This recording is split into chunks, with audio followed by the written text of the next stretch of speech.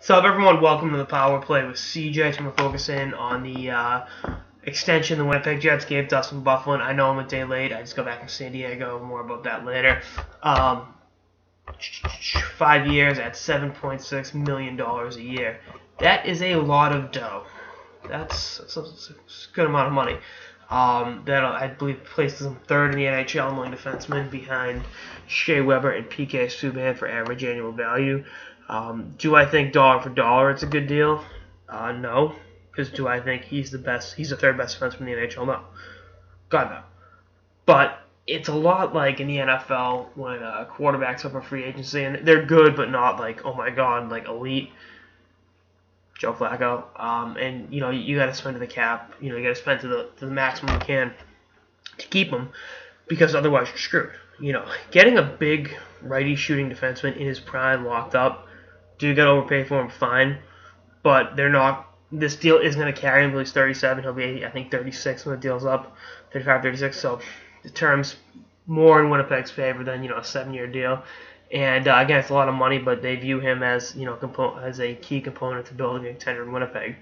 So, can't fault them on that aspect of it. Going back with the Andrew Ladd situation, this goes back however many years, I think it's actually almost 10 years now. Not the first time in the NHL, but 2006 when Ottawa had to re-sign either Wade Regner or Dano Jara. The salary cap implications, that for the first time it's like, oh, we can't just give both of them an exorbitant amount of money.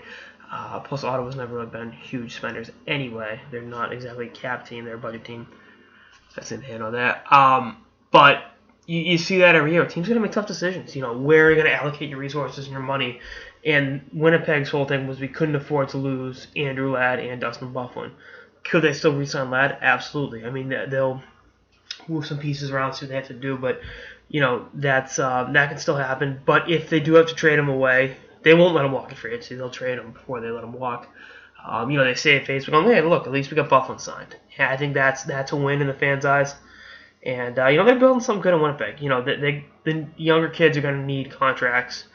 I'm looking at Mark Scheifele and, Jacob Trouba, guys like that. But, those kids be my priority now. Again, if you lose Ladd, yeah, he's a great player. He's a hell of a player. But I think they have a good enough prospect pool, good enough group of young players on the roster that, yeah, he's a very, very good, 20-goal, 50 to 60 point guy. But you have similar players that if they reach their potential can be, of that level. So again, I don't love the contract, but it was odd. They couldn't afford to not pay him or Ladd. They paid him. We'll see what happens with Ladd. And good for Dustin Byfuglien. Get yourself paid. Another form of Blackhawk that cashed in on the market. Anyway, that's all I got to episode of the Power Play with CJ. Stay tuned for episodes of the season and beyond. Later, guys.